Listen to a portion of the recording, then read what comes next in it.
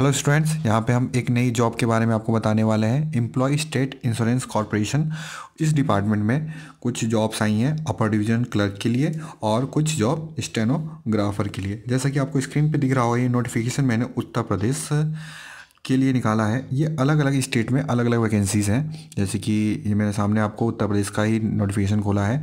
इसके अलावा different state में ये वैकेंसी कम ज़्यादा है। ठीक है, तो मैं आपको सबसे पहले अलग अलग स्टेट की जो वैकेंसी, जैसा कि आपको दिख रहा है उत्तर प्रदेश सबसे ऊपर है। स्टेनोग्राफर की जो टोटल वैकेंसी है वो 4 है और जनरल की भी 2 वैकेंसी है और 74 जो है यूडीसी यानी अपर डिवीज़न क्लर्क के लिए है और 30 जनरल की वैकेंसी है।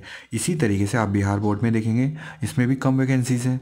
लेकिन में आप नीचे आके देखेंगे महाराष्ट्र वाले बोर्ड में 325 जो टोटल है, जो अनरिजर्व की है 148 वैकेंसी है और टोटल अपर डिवीज़न क्लर्क वाली 325 वैकेंसीज़ हैं। स्टेनोग्राफर में भी अच्छी खासी 25 वैकेंसीज़ हैं, लेकिन स्टेनोग्राफर की सबसे ज़्यादा वैकेंसी आपको आंध्र प्रदेश में मिलेगी। आंध्र प्रदेश में 326, सबसे नीचे देखिए 326 जो वैकेंसी है आंध्र प्रदेश में वो स्टेनोग्राफर के लिए है और अपर डिवीज़न क्लर्क की वैकेंसी जो है 11 यानी 11 है। इसके अलावा आप गुजरात में भी देख सकते हैं, अच्छी जॉब है जो यूडीसी वाली है यानी अपर डिवीज़न क्लर्क की। और इस सबसे अच्छी जॉब आपको ज़्यादा मतलब जो मिलनी है वो महाराष्ट्र में मिलेगी। 325 जॉब अपर डिवीज़न क्लर्क के लिए है।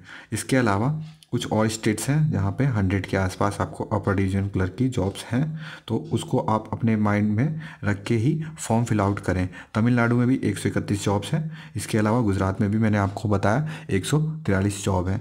और देखते हैं इसमें क्या क्या इंपॉर्टेंट चीज़ है।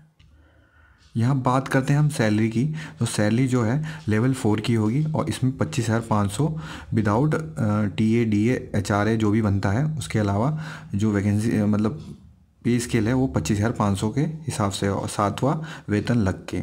अब देखते हैं जो इसेंशियल क्वालिफिकेशन है स्टेनोग्राफर के लिए है, आपके पास 12th पास होना चाहिए। इसके अलावा आपको 80 वर्ड पर मिनट की स्टेनोग्राफी इंग्लिश में या फिर हिंदी में आनी चाहिए। तीसरी चीज़ इसमें क्या है कि आपको working knowledge of computer including use of office suits and databases, आपको अच्छी तरीके से एमएस ऑफिस का ज्ञान होना चाहिए, क्योंकि ये स्किल टेस्ट में इसी चीज़ का स्किल लेते हैं, वो मैं आपको बाद में बताऊंगा। अब देखते हैं अपर डिवीज़न क्लर्क के लिए। अपर डिवीज़न क्लर्क के लिए कहा है इन्होंने, आपके पास डिग्री होनी चाहिए। ठीक है, आप बड़े अक्षरों में लिखा हुआ है डिग्री, और इसके अलावा आपको वही ऑफिस के बारे में आपको पता होना चाहिए। ठीक है, एमएस ऑफिस के बारे में वो मैं आपको डिटेल में बता दूंगा क्या है। इसके अलावा और क्या देख सकते हैं, इसमें है 18 से 27 एज आपको होनी चाहिए। ठीक है, 15/4/2019 के हिसाब से। इसके अलावा जो रिलैक्सेशन जो मिलेगा SC ST चाहे OBC को, वो आप देख सकते हैं 5 साल या 3 साल का होता है। और इम्पॉर्टेंट चीज़ क्या है यहाँ पे देखते हैं नीचे, हाँ फीस जो है 500 है रखी गई है। इसके अलावा जो SC ST या कैटेगरी से बिलोंग करते हैं उनकी 250 है, फीमेल की भी 250 फीस है। अब इसके अलावा जो स्टेनोग्राफर का जो पेपर पैटर्न है वो देखते हैं यहाँ पे। मैं डिटेल में नहीं बताऊंगा, ऊपर से बता देता हूँ। ये कुछ SSC की तरह होता है, लेकिन इसमें जो टाइम ड्यूरेशन है उसको बांट दिया इन्होंने। 70 मिनट ही मिलेंगे आपको 100 क्वेश्चन के इंग्लिश करने के लिए। ठीक है, इसके अलावा 35 मिनट मिलेंगे आपको 50 क्वेश्चन रीजनिंग करने के लिए। यहाँ पर आपको दिख नहीं रहा होगा, 25 मिनट मिलेंगे आपको 50 क्वेश्चन जनरल अवेयरनेस के करने के लिए। इसी तरीके से टाइम इन्होंने स्लॉट में बांट दिया है। ठीक है, ये मेन एग्ज़ाम है आपका, फेज़ 1 है स्टेनोग्राफर के लिए। मैं स्टेनोग्राफर वाला बता रहा हूँ, फिर इसके बाद अपर डिवीज़न क्लर्क का भी बताऊँगा। अब इसके बाद इन्होंने क्या लेना है, इसके बाद इन्होंने कंप्यूटर स्किल टेस्ट लेना है। उसके बाद आपकी स्टेनो की टेस्ट होगी। तो आप जो दूसरा टेस्ट है उसमें क्या है मैं बता देता हूँ। इसमें एक स्लाइड तैयार करवाएंगे, यानी MS ऑफिस पर आपसे काम करवाएंगे। MS ऑफिस का काम इन्होंने बांट दिया है कि 2 स्लाइड तैयार करवाएंगे, वो 10 नंबर का होगा। फिर टाइपिंग मैटर भी आपको फॉर्मेट करना होगा, वो 20 नंबर का होगा।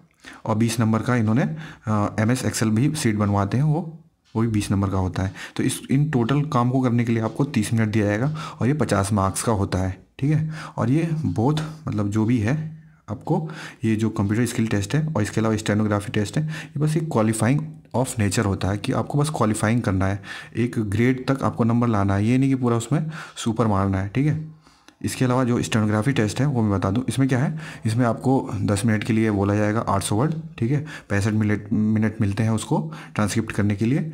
आप विजुअल हैंडीकैप हैं तो आपको ज़्यादा मतलब टाइम मिल जाता है मिनट। ठीक है। तो ये जो कंप्यूटर स्किल टेस्ट और स्टेनोग्राफी टेस्ट है, ये उन लोगों के लिए होगा जो स्टेनोग्राफर के लिए अप्लाई करेंगे। और फेज़ 1 का एग्ज़ाम तो आपने देख ही लिया। अब मैं बताता हूँ अपर डिवीज़न क्लर्क के लिए। इसमें 3 चरण होंगे। सबसे पहले प्रीम वाला जो प्रिलिमिनरी एग्जामिनेशन होगा, उसमें देख लेते हैं क्या है। उसका पैटर्न यही है, 25 क्वेश्चन 50 नंबर का होगा, और 25 क्वेश्चन 50 नंबर का होगा, 25 क्वेश्चन 50 नंबर का। इसी तरीके से 4 सेक्शन है जैसे एसएससी में होते हैं। तो reasoning, general awareness, quantity aptitude और इंग्लिश। ठीक है। फिर मेन एग्ज़ाम होगा, आपने क्रैक कर लिया तो मतलब उसमें शॉर्ट लिस्टेड हो जाते हो तो फिर उसमें भी सेम पैटर्न, 50 क्वेश्चन 50 मार्क्स के, यानी यहाँ पे 200 क्वेश्चन दिखेंगे 200 मार्क्स के, और 2 घंटे मिलेंगे आपको। ये क्लियर कर लेते हो। फिर उसके बाद तीसरा स्टेज होगा वही जो स्टेनो वाले में बताया था मैंने, जो आपको एक्सेल सीट तैयार करनी होगी, पावर पॉइंट तैयार करना होगा, एमएस वर्ड पे फॉर्मेटिंग करनी होगी विद टाइपिंग। तो उसके बाद आपकी जो कंप्लीट है वो लिस्ट तैयार होगी। शॉर्ट लिस्टेड वालों को शॉर्ट लिस्ट किया जाएगा, बाकी जो शॉर्ट लिस्ट नहीं होते हैं उन्हें रिजेक्ट कर दिया जाएगा। तो ये कंप्लीट सिनारियो था। मैं इसको डिटेल में बताऊंगा आपको। जो स्लाइड वाला जो बनता है, चाहे एमएस वर्ड की फॉर्मेटिंग होती है वो किस तरीके से होगी। तो आप अगर देख रहे हो, अगर आपको पता रखना है तो ज़रूर से ज़रूर इस चैनल को सब्सक्राइब कर लो, कि मैं आने वाले टाइम में इसको अपलोड करूँगा किस तरीके से आपको ये क्रैक करना है कंप्यूटर स्किल टेस्ट। ठीक है। तो कैसा लगा वीडियो ज़रूर आप बताएं कमेंट में। Thank you.